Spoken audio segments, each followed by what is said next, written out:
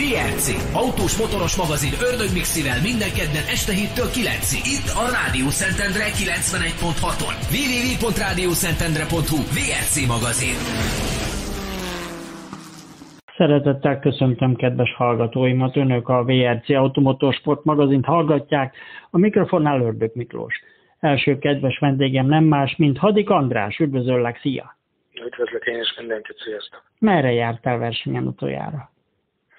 Hát utoljára ezen a Kumrovec Rallyn voltunk, Horvátországban. Ez a Mitropa kupának az egyik versenye. Ki navigált neked? Kertész Krisztián. Hiszen már évek óta együtt mentek. Milyen autóval indultál? Hát ugyanezzel a Fordral, amivel versenyeztünk. Egy versenyztünk igazából az idén is, csak ugye Magyarországon nem indultunk most az utolsó Veszprém Rallyn, meg Győrbe se. Az utolsó, ami most volt, két verseny, azt kihagytuk. Majd lehet, hogy ennyi Egyház Rallyn, majd elindulunk itthon is. Ezt örömmel hallom, de mesélj itt, milyen eredményt sikerült elérnetek? Hát gyakorlatilag a versenyen harmadikak lettünk. Ez szuper, gratulálok! Alapvetően igen, Mitropa kupában most átvettük ezt a vezetést. Nagyon jó. Alapvetően örülünk, szórakozni mentünk oda, jól érezni magunkat, ez úgy meg volt. Ez a lényeg. Itt a Mitropa kupában hány verseny van még hátra? Hát van még 2, de az utolsó a Svájcban van, ott biztos, hogy nem fogunk indulni, mert ugye nem uniós és nagyon macerás oda kijutni. Igen. De most a hétvégén van egy Nova Gorica nevű verseny, a Szlovéniában van, ott szeretnénk indulni, és úgy néz ki, hogy indulunk is. Hát ha ott esetleg jó eredményt értek el, akkor érdemes lenne azért Svájcba kiugrani. Hát majd meglátjuk még, hogy mit hazajövünk. Hát én szorítok, hogy ez sikerüljön. Egyrészt, mert Svájc az egyik szívem csücske, egy nagyszerű ország, és azért, ha másképp nem megy, én szívesen kiviszem az autódat, ha azzal segítek. Jó, oké. Köszönöm, majd részbe tartjuk. Minden esetre még egyszer szépből gratulálok neked, és azt kívánom, hogy még nagyon sok örömöd legyen ebbe a gyönyörű sportba. Oké, nagyon szépen köszönöm. Köszönöm, hogy itt voltál. Hadik Andrist hallottuk. Minden jót neked. Szia! Sziasztok! Most pedig következzék Demeter Magdolna. Boldog szülinapot neked. Szia! Sziasztok! Köszönöm szépen, Mixi. Mesélj légy, te hogyan kerültél kapcsolatba az autósporttal, és mikor? Hűha, hát ez nem mai történet, 24 évvel ezelőtt kezdődött. Az nem létezik, hogy 5 éves korodban történt.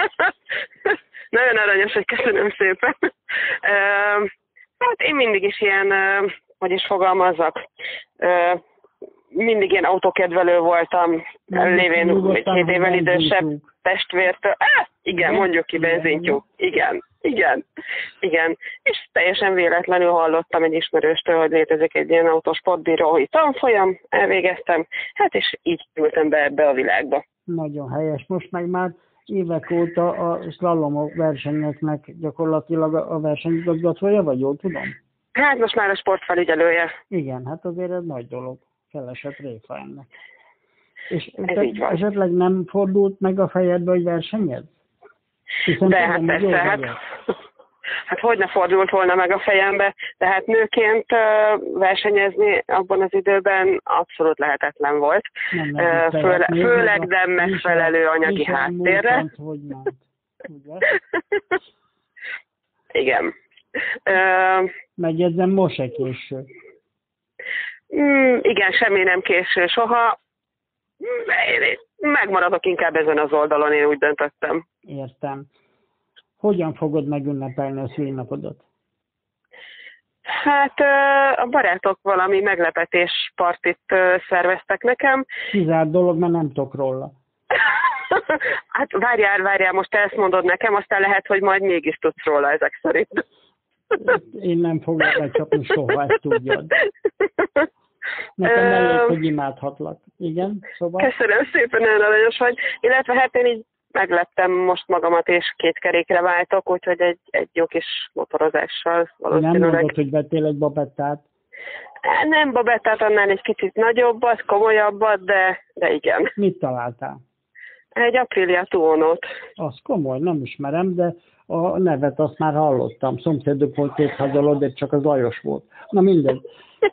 Hát annak is egy vége, ez nagyszerű. Akkor ezek szerint És merre motoroztál már eddig? Még most kezdem. Tehát, mint mondtál, soha nem késő. Tehát én még most kezdem tanulni. Ha bármit tudok segíteni, szóljától, oktató vagyok, és arra is van jogosítványom, úgyhogy szívesen. Szuper, élni fogok a lehetőséggel, köszönöm. Jól van, hát figyelj, drága Magdi, nagyon boldog szülinapot neked, és örülök, hogy megtisztelted műsorunkat. Ne viccelj, én köszönöm szépen, nekem megtiszteltetés. Aranyos vagy. Demeter Magdolnát hallottuk. Minden jót neked, szia! Köszönöm szépen, szia! Következő kedves vendégem nem más, mint Zagyva Lajos. Üdvözöllek sok szeretettel, szia! Szia, üdvözlök mindenkinek! Ugyanígy lehet, hogy nem nagyon tudják, hogy ki vagy, mert te vagy a Zagyva Lali.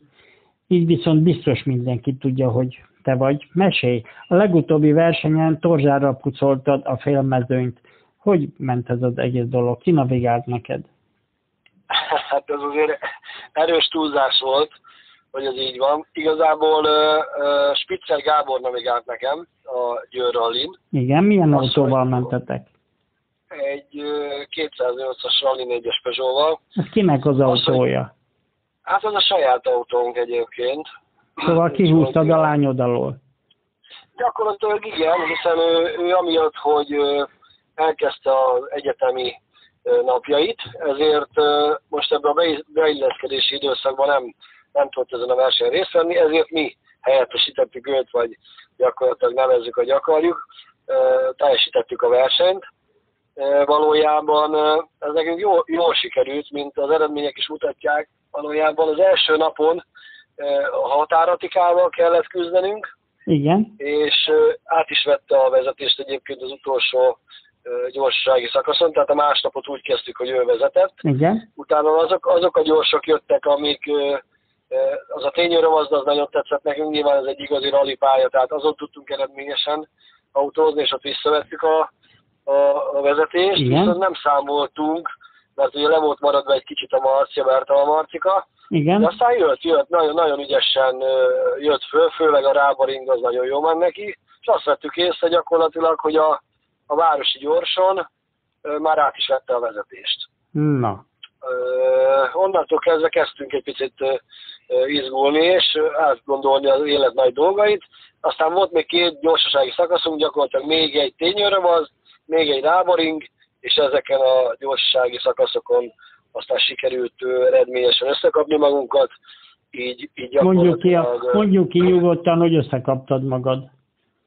Hát igen. Nem mondom azt, hogy nem kellett sietni az elejétől kezdve, végig nagyon kellett sietni, viszont tényleg a végére már nagyon koncentrálni is kellett ahhoz, hogy ez összejöjjön, ez az első hely.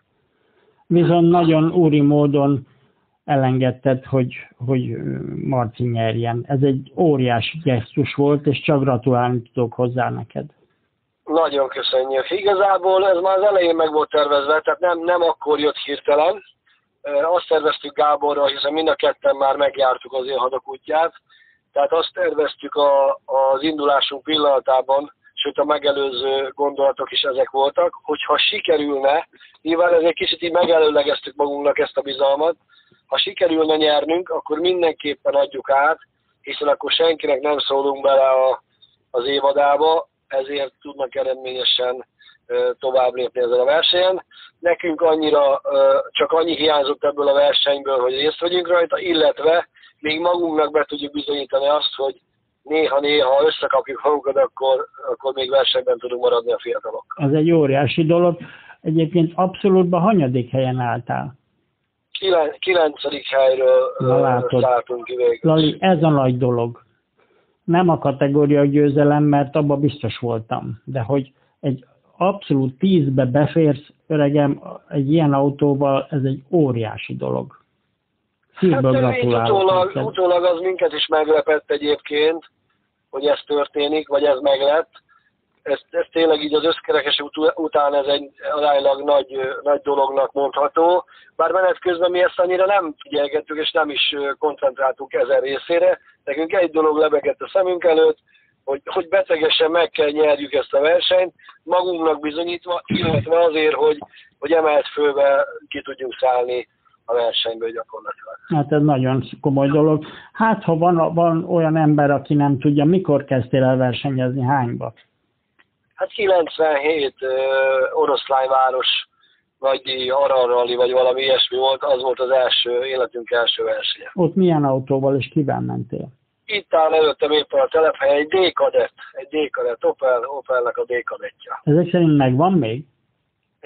Kaptam születésnapomra egy ilyen replikát, és itt van kiállítva a telephelyen. Ez már nem az az autó, nyilvánvaló, de annak a mása festésében, meg úgy összességében egyébként ez gyönyörűen itt ékesíti a telephelyünket. Az 50. szülinapomra kaptam, úgyhogy erre nagyon vigyázom. Hát egyébként erről eszembe jutott egy Szovjetunióhoz köthető vicc, amikor, hogy milyen a szovjet szex, tudod-e? Ha elárulod, akkor megtudom. Elén Szergej ráfekszik a tükörre, és alatta a mása. Bocsánat, kérek. Szóval 100-szornak is egy a vége. Hogy sikerült az első verseny neked? A legelső. Hát, hogy a legelső, még az Opel-al? Igen, az hogy sikerült? Azonnali hatállyal kiestünk a versenyből gyakorlatilag, de meg akartuk váltani a világot az életünk első versenyén. Igen. És ez még akkoriban nagyon bozótugró versenynek minősült, mert kint a legelőn is volt Oroszlányon, a legelőn is volt egy gyorsági szakasz, ahol igazából nekicsúsztunk egy ilyen bokornak, és az első legőkarunkat kitépte. Igazából talán nem is estünk ki, hanem tönkrement az autó, utána hosszú idő alatt cseréltük ki a lengőkart, és aztán ilyen sokadikak lettünk. Tehát ez az első versenyünk eredménye, viszont abban az évben, 97-ben megnyertük ennek a kategóriának az első helyét évvégén. Ez nagyon komoly. És még milyen eredményeid voltak? Hát ez gyakorlatilag el kéne sorolgatni, akkor azért megfájdulna a fejünk. Hát volt sok szép. Hát ez még föl sem tudnám megérdemled. Nagyon jó időszakok voltak. Nyilván itt aránylag mélyről kezdtük ezeket a dolgokat, de azt lehet mondani, hogy én nagy autókkal igazából nem is tudtam menni. Aki tudja rólam, azt mindig tudják, hogy kétkerekes autó van többnyire, és azokból is a kisebb kategóriákkal, amik fontos pillanatok, és fontosak számomra, azok a Suzuki-s időszakok, azok azért nagyon jók voltak, amikor még volt a kupás Swiftes időszak, a sok pozitív élményt adott életem azon szakasza, és most is egyszer, sőt, inkább talán, ami most igazi nagy örömet okoz az, hogy a Dorka bontogatja szárnyait, és próbálkozunk részt venni minél több versenyen, a magunk kis ütemébe, és ez okoz most örömet. Értem. És kitől örökölted a tehetségedet? Halványi a gőzöm is. Apámnak nem volt jogsia, viszont állítólag a kollégái azt mondták, hogy ő vezet a legjobban, úgyhogy az életében nem kormányzott semmit, viszont mindenkinek nagyon pontosan el tudta mondani, hogy mit kellett volna abban a szituációban csinálni. Úgyhogy nagyon humoros volt ez a történet. Sokat jártak Németországba, és mindig oktatta a fiúkat, hogy ezt ne így, húzódjál ide, ezt nem így kellett volna megoldani, és tényleg komoly, tehát egyáltalán nem volt jogsia, mert akkoriban pénzfeldobással döntötték el anyuval, hogy kinek legyen jogsia, és mert csak egy jogosítványra volt pénzük. Gyakorlatilag anyu nyert, anyunak lett jogsia, apu pedig elméletben rendkívül komolyan jól vezetett. Azért ez nagy dolog. Hát én kívánom, hogy még nagyon sok örömöd legyen ebbe a gyönyörű sportba, akár Dorka által, akár hogyha te vezetsz, és még egyszer szívből gratulálok, nagyszerűen mentél. Köszönöm szépen, köszönöm. A legjobbakat neked, Zagyvalalit hallottuk. Minden jót neked, szia! Köszönöm, sziasztok, előelés! Következő kedves vendégem pedig egy igazi világklasszis, Fábián Betty. Kész csók neked, szia! Üdvözlöm, köszönöm a meghívást. Aranyos vagy, bocsánat, ha letegeztedek, de hát sajnos én vagyok az öregebb. Hát egy óriási világsikert arattál, mi is volt ez? Nos, az Európa Kupa sorozat egyelőre nagyon úgy néz ki, hogy nagyon jól megy. Sikerült nemrégiben Észak-Macedóniában megnyernem az egyik kupasorozatot, illetve pár héttel előtte pedig Szlovákiában második lettem. Hát, ha akad olyan kedves hallgató, aki nem tudja, milyen sportot űzöl? Nyílt úszó vagyok. Azért ez nagyszerű. Mennyi a táv például egy ilyen versenyen? Mindig ugyanaz a táv, ez pedig 10 kilométer. Hát azért ez rettenetesen sok. Hát én örülök neki, a 300 méter tudok úszni. Igen, ez egy elég monoton, és ugye mondhatom így unalmas sportág. Minden maratonsport egyébként ugyanarról szól, de egyébként egész jól fekszik nekem ez a sportág, aztán belülről kevésbé unalmas, mint kívülről, azt kell, hogy mondjam. Ebbe egyébként biztos van igazság. Én elég sok versenyeteket megnéztem a televízióban, és azért óriási nagyokat küzdötök egymással. Tehát olyan verekedés van ott, hogy öröm nézni. Igen, hát azt szokták mondani, hogy ez így a medencés úszás és a vízilabda között helyezkedik el ez a sportág. Nyilván az úszáshoz picit közelebb áll, de van fizikai megmérettetés bőven így egymással szemben, és azt kell, hogy mondjam. Nem okoztak még neked sérülést az ellenfeleid? De okoztak, ez sajnos mindig benne van, hogy kapunk egy-két pofont egy verseny alatt. Talán a komolyabb sérülés az a 2021-ben voltam, vagy 2022-ben Piombinóban, Olaszországból betörték az orrom. Jaj, felesett répa ennek. És hogy állsz a bajnokságban most? Nagyon jól, az összetettet, hát még nem vezetem, 50 pontra vagyok tőle, ami nem sok, de az a cél, hogy vezessem az összetettet. Utolsó állomás következik a héten Barcelonába, szóval megvan a cél, azért fogok ott küzdeni. Hány pontot kap a győztes itt? 1800 pontot körülbelül. És ezt mi alapján? Te az idő eredmény, vagy mi alapján? Nem, abszolút csak helyezés alapján, hogyha jól tudom. Az első 3 helyezés kapja a legtöbb pontot. Igen. És szerencsére minden sorozatban az első 3-ba végeztem, ezért most vagyok a második helyen. Hát nagyon szorítok neked, hogy ez sikerüljön. Esetleg itthon szokott ilyen verseny lenni? Szokott. Tulajdonképpen régebben a Balatonon rendeztek világkupát, többet is, hogy ami arról beszélünk, szerintem fognak még tervezni, akár jövőre, akár majd az utána lévő években, a Lupatavon, mert az is egy tökéletes helyszín lenne egy ilyen verseny megrendezésére. De ott gondolom körpályán megy a dolog. Igen, tulajdonképpen mindig körpályában, a körnek a formája általában picit eltérő. Értem. Van-e kedvenc vízfelületed, ahol szeretsz versenyezni? Nagyon szerettem a sima, édes vízi helyszíneket. Ott tulajdonképpen csak arra kell koncentrálni, megfigyelni, hogy a mások mit csinálnak. Sós, hullámos vízben azért nagyon sokat kivesz belőlünk. Energia szempontjából a hullámzás, illetve a dehidratáció is, szóval én így inkább az édesvízi párti vagyok. Hát mondjuk ez érthető. Egyszerre hányan vagytok versenyben? Különböző a létszámok, most a világbajnokság után picit csökkentek, ugyanis mindenki elment pihenni. Általában egy ilyen felkészülési versenyen ilyen 60-70 versenyző vesz részt, majd az ilyen nyaralós, vakációs időszakban általában 30 embernél nem több. Ez is rengeteg. Hány éves korodban kezdtél el úszni versenyszerűen? Versenyszerűen szerintem ilyen 8-10 éves kor környékén kezdtem, és nagyon megszerettem egyébként, jó eredményeket is hoztam, szóval tudtam, hogy itt ki kellene tartani ebben a sportban. Betés, körülbelül mikor kezdtek el jönni az eredményeid? Hány éves korodban? Igazából, amint elkezdtem, már megnyertem az első versenyemet, szóval... Nagyszerű, gratulálok! Szóval igen, de aztán stagnált az eredményem, ugyanis jött a munka, én nem annyira vettem ebben részt, de amint így benőtt a fejem lágyam, már jöttek a komolyabb eredmények.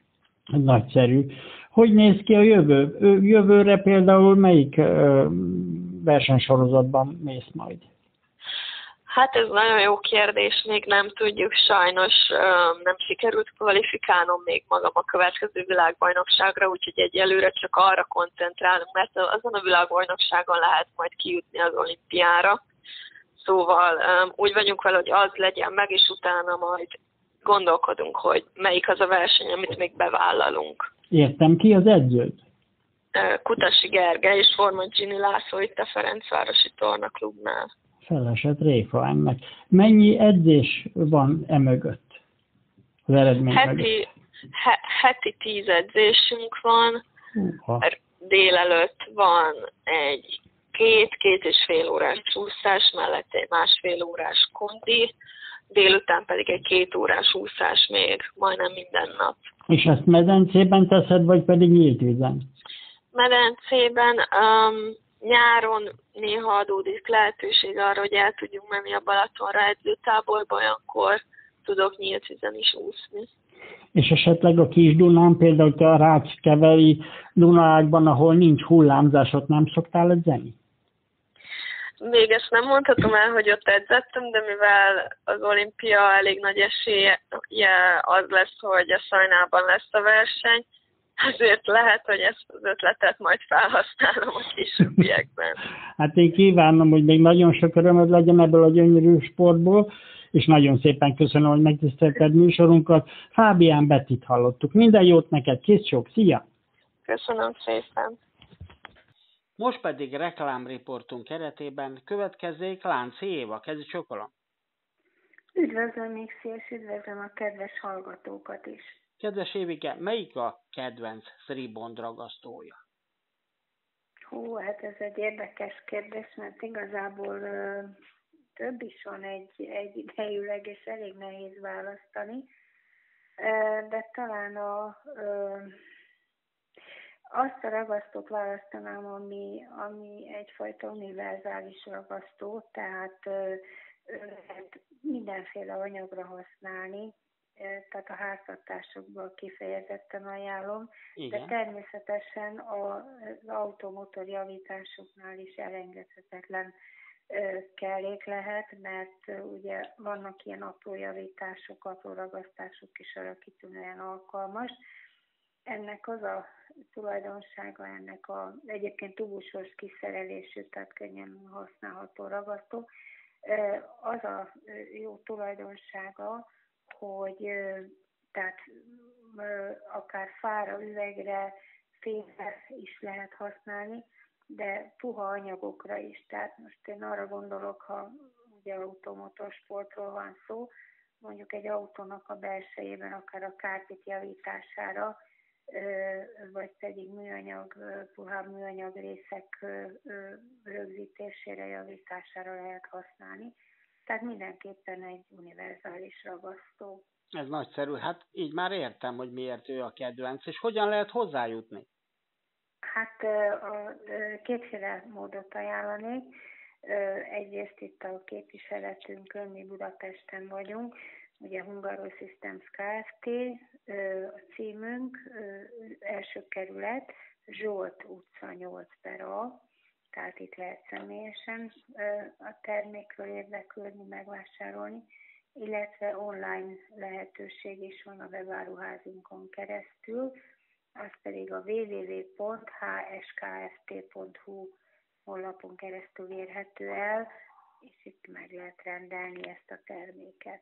Hát nagyon-nagyon szépen köszönöm Lánci Évának, és ha szabad jövő kedden ismét szeretettel várom. Nagyon szépen köszönöm a lehetőséget, és szép hetet kívánok. Köszönöm szépen. Kezdj csókolom. Viszontlátásra. Műsorunk támogatója a superpiac.hu és a karvázioptika.hu, de ha valaki szeretne a műsorban reklámozni, csak nyugodtan keressen meg. Következő kedves vendégem nem más, mint Bódi Gábor. Üdvözöllek, szia! Üdvözlöm, Mixius! Mesélj, légy szíves, nyugodtan tegeződjünk, ha szabad, annyira vinfasz tényleg nem vagyok. 100 hónap segy a vége. Utoljára merre jártál versenyen? Utoljára Kunmodoroson voltunk, az MLS által volt egy ilyen mini sprint-szerűség, a Kunmodoros és az MLS által szervezett ilyen kupasorozatok, és ott jártunk legutóbb. Ki navigált neked? Holtner István.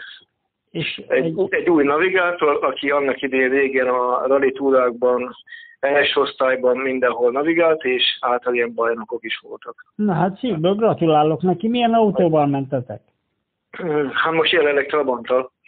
Tehát a Trabant 601, ami most jelenleg a Rally 3-ban megy a országosban, és ezzel megpróbálunk minden kisebb versenyeken elindulni. Mit lehet róla tudni?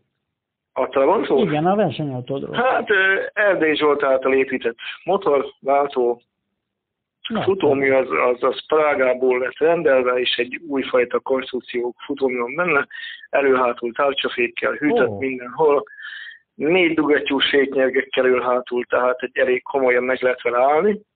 Hát gondolom föláll az orrára. Meg gyorsulni is most már egyre jobban megy, tehát most én tegnap voltál. Váltó van benne. Most jelenleg 4 sebességes, de van hozzá egy 5 sebességes, amit vettünk hozzá, és azzal is nagyon jó, csak ilyen kisebb versenyeken a 4 sebességesre jobban járunk. Egyértelmű. És úgy nagyságrendileg tudjuk, hogy hány lóerőt sikerült kicsikarni? Hát Erdély Zsolt annyit mondott, hogy 45 fölött vagyunk. Na az komoly akkor nagyon jól halad. Hát mennyi a súly az autónak? Hát igen, ez a baj, hogy a súly az 700 kg, ugye teljes nagy felszereléssel, teletankoló pótkerékkel, de ugye Rally 3-ban vannak a kötelező szabályok, és ugye ezáltal muszáj az autót. Olyan állapot. Annyira nem lehet igen, hogy minden kötelező felszerelés benne legyen. Hát ennek ennyi biztos vagyok benne, hogy nagyon nagyszerű élmény lehet. Igen. Hát a végsebesség az ilyen 140-150. Nagyon annyit ki lehet belőle hozni, és meg is tudunk állni. Tehát Egerbe is meg tudtunk állni a lassítók előtt, ott már jó volt. Hát ilyen fékkel nem csoda, ez nagyon jó hangzik. Őszintén megmondom. Igen. Hol látunk legközelebb benneteket versenyen? Hát most vasárnap elmegyünk egy ilyen edzőversenyre Kunmodorosra, megint, és rá egy hétre lesz a Miskolc Rally, ami hát most Diósgyőr Rally néven fut, igen. És ott fogunk indulni Rally 3-ban. Mit lehet erről a versenyről tudni? Hány gyorsági lesz? Tudsz-e valamit? Elvileg 4 gyorsági szakasz lesz nekünk, igen. Nekünk ez szombaton fog lezajlódni, és mi egyik egy 15 km-es, a másik egy ilyen 7 km-es, és ez lesz kétszer mind a kettő. Hol lesz a versenyközpont? Elvileg Miskolcon. Miskolcon, nagyszerű. És még a pályák azok titkosak, nem lettek kiírva, nem lettek közzétéve sajnos. Mikor van nevezési zárlat, hát ha tudod? Hú, azt nem néztem, megmondom őszintén. Nézz utána. A csapat, a főnök ugye ő nevez le minket, ugye mert vagyunk többen a csapatban. Melyik egyesületben vagy? A Pásztori Autósport Egyesület, van bente a Lővik László, Zsiga Zsolt, egy zöld Zsigulival mennek, egy Honda motoros Ladával, ők most elsők lettek Győrrallin, és megy még a csapatunkban egy Illés Zorhán nevezetű új ember Peugeot-val megy a Peugeot kupába, egy gyári Peugeot-s autó, tehát egy gyárilag épített Peugeot versenyautó van neki. Úgyhogy nagyon komoly az autó, úgyhogy így vagyunk 3 a csapatban. És hogy vagy megelégedve a rally harmadosztállyal? Hát az baj, hogy mink ilyen nagyon mostoha gyerekek vagyunk ott, tehát mindenből... Hát, hogy mindenből kihagynak úgy minket, tehát itt volt egy Győrrally is, és akkor a városi gyorson mint nem mehettünk volna. Tehát úgy nekünk most is itt van például ez a Diósgyőr Rally, tehát nagyon kevés távot csináltak. Tehát még ha tettek volna be még egy gyorsot, hogy ilyen 60 km-re kiegészítsék az össztávot, de 44 km-t fogunk menni, és az etap pedig 200 fölött van. Tehát az első gyorsunk 50 km-re van. És nem lehet traileren vinni a versenyautót? Nem, hát versenyen nem. Hát pedig lehet. És nekünk az a baj, hogy ugye a Trabantnak a üzemanyag tankja az max. Ilyen 110-120 km-t bír ki, és nagyon ki van számolva minden etapidő versenytáv, tehát hogy beérjünk a célba.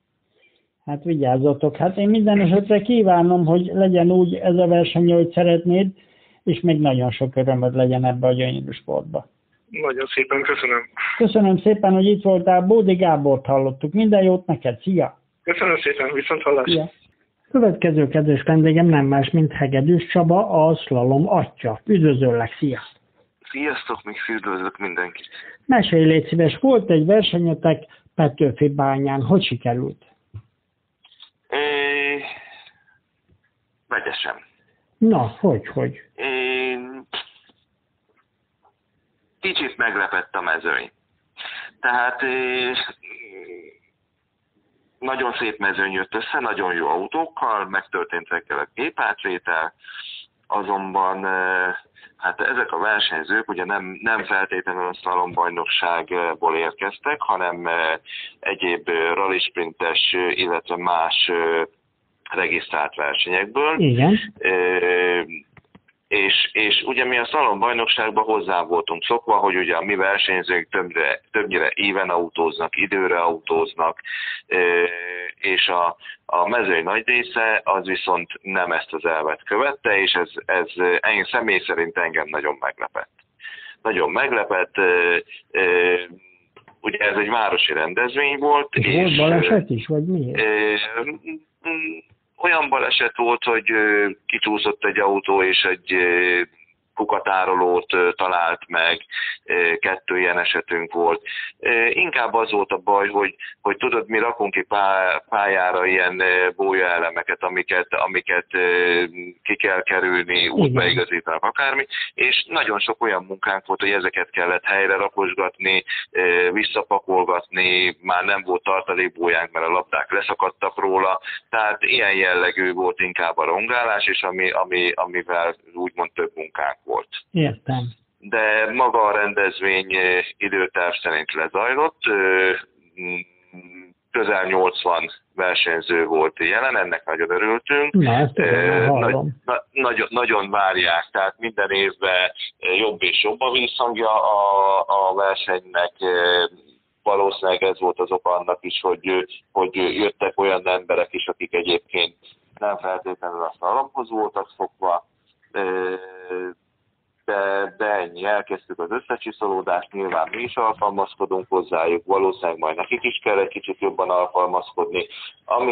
Amit nem sikerült tartanunk, az az, hogy nem tudtunk 3 kört megtartani. Volt egy edzőkör, meg 2 mért kör, a harmadikat sajnos nem tudtuk megtartani, mert ez miatt a újjáépítések miatt elcsúsztatok időben, ugye? Elcsúsztunk egy kicsit, volt egy kis buszközlekedés is, amit koordinálni kellett. Én nem tudom, tehát helyi embereknek a mondását fogom most idézni, hogy egész évben nem jött annyi busz Petőfi-bányára, mint ott azon az egy napon. Tehát, és ezt mind le kellett koordinálni, hogy egyszerre volt, hogy 4 busz érkezett be, fölszállt 2 ember, leszállt 1, és akkor ment a 4 busz tovább, de addig mi álltunk és vártuk a jó szerencsénket.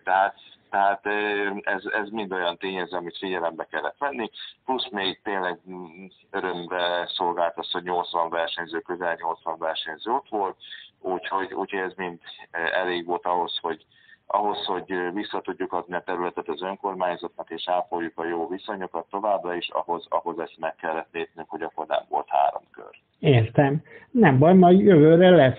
És hol tart a Magyar Szlalombajnokság? Magyar Szlalombajnokság kérlek szépen lassan a finisht jelentő utolsó eskanyarhoz érkezik, hogyha már stílusosan akarunk beszélni.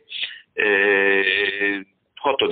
forduló készítjük most már elő, megjelent a versenykiírás, meg van nyitva a nevezési felület, Kiskunlachházára fogunk menni, ez ugye tipikusan egy olyan helyszín, ahol más szakággal fogunk együtt dolgozni, együtt tevékenykedni, történetesen a drag vagy a gyorsulási szakággal, ki hogy szereti emlegetni. Úgyhogy a Kiskunlachházi pályára fogunk menni, szeptember 30-án oda várjuk majd a szalomosok mezőnyét. Ez egy szombati nap lesz, így van. Nagyon jó. Hát ez szuper. És akkor ezzel sajnos véget ér az idei évi bajnokság, hát, ugye?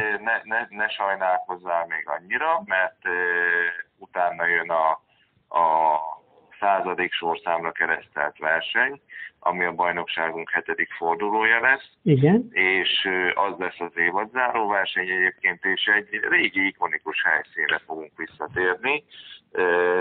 Publikus már? Úgy a fenében, no. Fent van a versenynaptár is, ott is megadtuk az új helyszínt, meg az előző versenyünkön, az 5. versenyen ez már tájékoztatva lett a versenyzőkkel. Kicsit alkalmazkodnunk kellett, ez azt jelenti, hogy október 21-ére terveztük az zárófutamot, igen. De ezen a hétvégén sajnos foglalt a helyszín, a terület, és hát... Így akkor mikor ugye, lesz? Úgy ismersz, gondolom te is, hogy nem nagyon szoktam elengedni azt a koncot, ami egyszer úgy megveti az agyamba magát, így van, és eszembe jutott, hogy hát október 23 az egy hétfői nap. Október 23-a valóban az. Az egy hétfői nap, és munkaszüneti nap, és a mezőnyt is egy kicsit megszondáztuk, és abszolút semmi ellenvetésük nem volt az ellen, hogy akkor ne szombaton vagy vasárnap legyen a verseny, hanem ez egy hétfői napon lesz, és a kecskeméti gokartpályára visszatérünk egy kicsit a gyökerekhez. A kecskeméti gokartpályára fogunk látogatni ebből az apropóból. Nagyszerű. Autószlalom.hu kupa fogott megrendezésre kerülni. Ez nagyon jó ötlet. Én is úgy gondolom. Egyébként akkor megragadnám az alkalmat, hogy 22-én, vasárnap pedig a régi főtaxisok jönnek össze Taksonyban, a szokásos helyünkön, a 2 fenyő étteremben, úgyhogy szeretettel várunk mindenkit ismét, aki még él. Hát hála Istennek sokan vagyunk még, de sajnos nagyon megfogyatkoztunk már. Nagyon jó lesz az. Egyébként remélem, hogy jó sikerül. Ez neked is közel van, úgyhogy nagyon nagy szeretettel várunk téged is. Köszönöm szépen. Ha jól tévedek, akkor ezen a napon ugye nem tudom mennyire tudod, vagy nem. Tudják, szoktunk, nem mondd azt, hogy nem, amíg nem tudod, hogy mire kell mondani. Igen is, egyértelmű. Szoktunk eljárni regisztrált versenyekre, minisprintekre, rallysprintekre időt mérni a kis csapatunkkal. Ez igaz. És október 22-én azt hiszem, hogy erkapos rendezvény lesz Király Szent Istvánon, legalábbis így volt eddig tervezve, és hogyha ez így fog történni, akkor ott lesz jelenésünk az időméréssel kapcsolatban. Na de hát az csak este van a taksonyi program, úgyhogy pont odaérsz, várlak szeretettel. Aranyos vagy, köszönöm szépen, megpróbálkozunk mindennel, ha bár ugye ne felejtsük el, hogy másnap meg lesz a 100. forduló, tehát azzal is foglalkozni kell. Teljesen igazad van, próbálok is korán lefeküdni, hogy kipihent legyek. Okay. Mert azért ez egy nagyon jeles alkalom lesz, hogy 100. szlalomverseny, azért ez nagyon klassz. Gratulálok nektek ehhez, az egész csapatodnak, mert azért ez bizony gombócból is rengeteg. Köszönjük szépen. Hát figyelj, akkor azt mondom, hogy legyen úgy, ahogy tervezted, mindegyik tökéletesen sikerüljön, és mondhatnám így, hogy most már előtte vagyok az utolsó 2-nek, hogy ugyanilyen ügyes legyél jövőre is. Igyekszünk. Nagyon-nagyon köszönöm, hogy itt voltál. Hegedűs Csabit hallottuk, de addig még muszáj, mielőtt elköszönök tőled, mondd el, légy szíves, hogy mi a honlapotok címe, hát ha akad olyan kedves vendég, aki még nem tudja, vagyis hallgató. A honlapunk címe az érdekes módon autószlalom.hu névre hallgat, és ezen nagyon sok információt, eredménylistát, fényképeket talál. Meg versenykiírást. Meg minden információt, ami a mi kis szakágunkat érinti. Nagyon-nagyon köszönöm, hogy elmondtad, tehát Hegedűs Csabit hallottuk. Minden jót neked, szia! Köszönöm szépen, hasonló jókat mindenkinek, sziasztok! Következő kedves vendégem nem más, mint Balogh Zoltán, Frici barátom. Üdvözöllek sok szeretettel! Szia, drága Mixikém, sziasztok! Mesélj, légy szíves, a hétvégén egy nagyszerű versenyed volt, vagy közönség találkozód, ahogy tetszik. Milyen volt? Köszönöm szépen a kérdésedet. Kalocsán voltunk a repülőtéren, szombat-vasárnap. Hát a szokásos természetesen, tudod, a kis egyszerű kis technikás pálya kialakítva a reptéren. Sok új vendégünk volt, igazából természetesen a régiek a bajnokság szereplőivel, de sok új vendégünk volt. Most először voltak, illetve hát úgy alakult, hogy 2 crossautót hoztak, ilyen buggyt, őket is akkor becsoportosítottuk, hogy ne keverjenek be a többieknek, de hogy mégiscsak tudjanak egyet versenyezni, mert a feltételeknek megfeleltek. Viszont ami fontosabb, hogy tudod nagyon jó, hogy nálunk vannak lehetőséget kisebb gyerekek és nagyobb gyerekek oktatására, illetve versenyeztetésére, viszont most nagyon-nagyon sok gyerek volt. No. A legfiatalabb ilyen 6-7 éves kisrác, igen, azt hiszem már 7 éves most már beleöregedett, mert már tavaly elkezdett nálunk. Viszont az úgynevezett kezdőgyerek kategóriában azok a kezdőgyerekek, akik igazából szinte semmit nem vezettek, hanem ott gyakorolgatnak nálunk, természetesen mindenféle feltételnek megfelelve szülői felügyelettel. A kezdőgyerek kategóriában most 10 versenyző volt, a nagy gyerek kategóriában is legalább egy ilyen 6-8, a női kategóriánk is eléggé telített volt. Nagy, hány hölgy volt körülbelül? Azt hiszem 6 vagy 7 hölgyversenyzőnk volt most. Nagyon jó, hát azért ez komoly fejlődés. Hát igazából tudod, azért mégiscsak ez egy jó lehetőség arra, hogy büntetlenül lehessen autózni. Hát a büntetlenül azt mindannyian tudjuk, ugyebár akik az autósportban benne vannak, hogy egy árok, egy fa, vagy akár egy útpatka nagyot tud büntetni az autón, egy rossz féktávon, egy rossz kanyarvételen, de itt ugye már a reptér adta lehetőségeket kihasználva, itt nagyon-nagyon sokat lehet gyakorolni és fejlődni. Na hát ezek szerint akkor nem volt semmi gond. Nem, hál' Istennek, tudod, most már az elmúlt jó pár évben szerintem most már hál' Istennek mindenki tudja azt, hogy a parkolóban óvatosan lépésben közlekedünk, tudod, vigyázzunk egymás szépségére, és hát ugyebár hál' Istennek fent a pályán nincs egy árok, nincs egy elédugró fa, nincs semmi, hál' Istennek, tehát persze tökéletes minden. Ez nagyszerű. Hol lesz a következő? Vagyis itt lesz, gondolod, de mikor lesz a következő forduló? Igen, képzeld el, most itt lesz október 15-én és október 22-én a következő, viszont már szabadszállás a Laktanya, amit ismersz te is. Igen, nagyszerű. Ismered. De nagyon jó. Október az erős lesz. És milyen honlapon lehet tájékozódni? Hát a sportegyesületünknek ugyebár hát megalakult még annó a honlapja, és hát a www.frt.hu oldalon ott van mindenféle információ. Gondolom van versenykiírástól kezdve eredményes minden. Eredmények, fotók, videók, minden. Hát természetesen a közösségi médiát mi is használjuk. Azt azért csak megkérdezném, hány éve csinálod már ezt a sorozatot? Pont ezzel viccelődtem a hangot bemondóval a hétvégén, hogy amikor elmondom, hogy 1989-ben rendeztük az első versenyünket, akkor legtöbben oda kapnak a fejüket, hogy hát akkor én még nem is éltem. Bizony. Igen. Az első versenyt azt 1989-ben rendeztem, pont akkor szeretem le a katonasságtól, és akkor megokosodtam, hogy nekem autóversenyt kell. Akkor még tudod, az ilyen menetleveles volt, tudod, A és N kategóriás autók, viszont hivatalosan, az is hivatalos, viszont folyamatosan sorozatban 1995 óta tartunk versenyeket. Azért egy nagyon komoly dolog, hallott, hogy ilyen kitartásod van, és csak gratulálni tudok hozzá.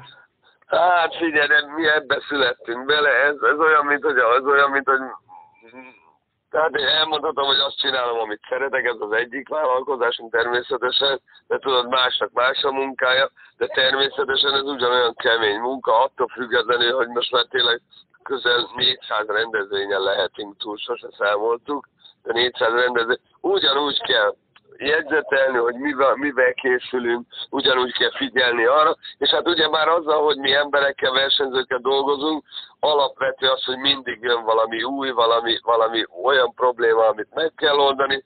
Még persze kicsit könnyebb így 400 rendezvény után, de természetesen mindig rengeteget kell dolgoznunk. Hát akkor annyit kérnék tőled, még egyszer a soron következő 2 dátumot mondjad. Október 15-én Kalocsán leszünk a reptéren, és október 22-én pedig a szabadszállási Laktanyában.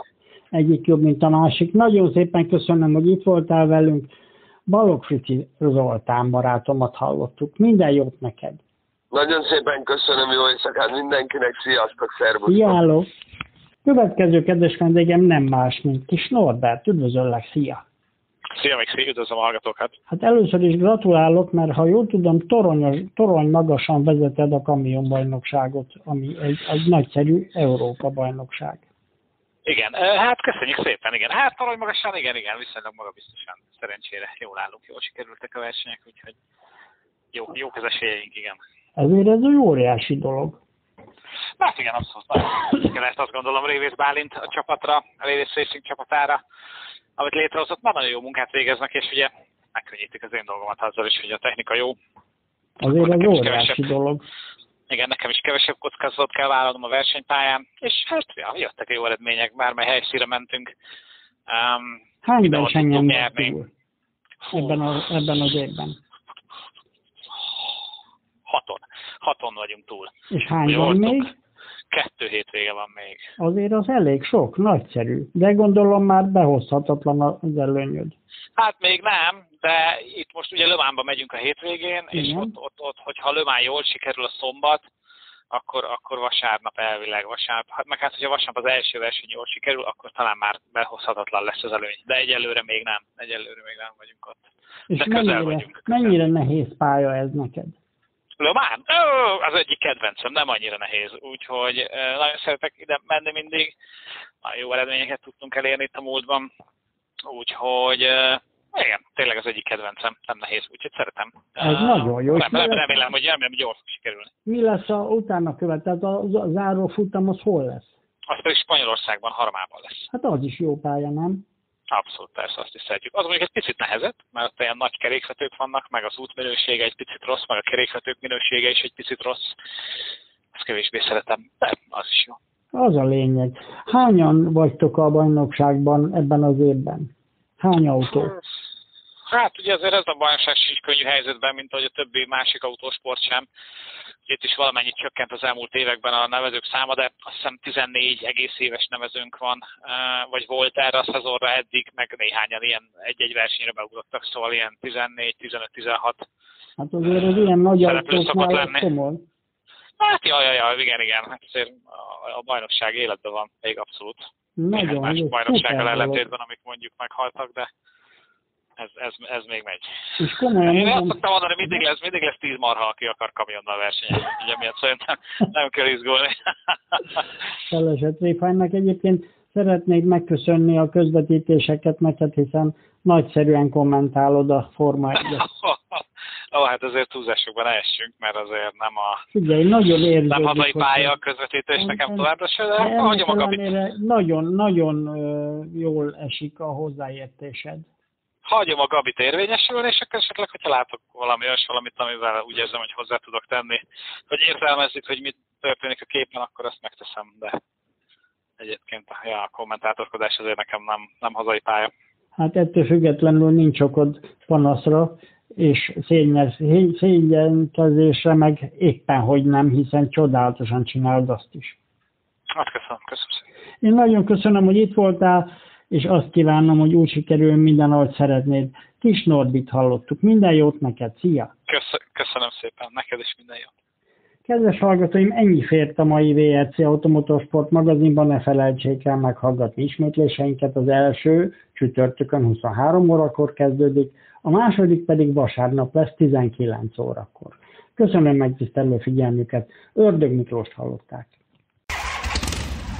VRC, autós motoros magazin Ördög Mixivel minden kedden este 7-től 9-ig. Itt a Rádió Szentendre 91.6-on. www.radioszentendre.hu VRC magazin. VRC magazin.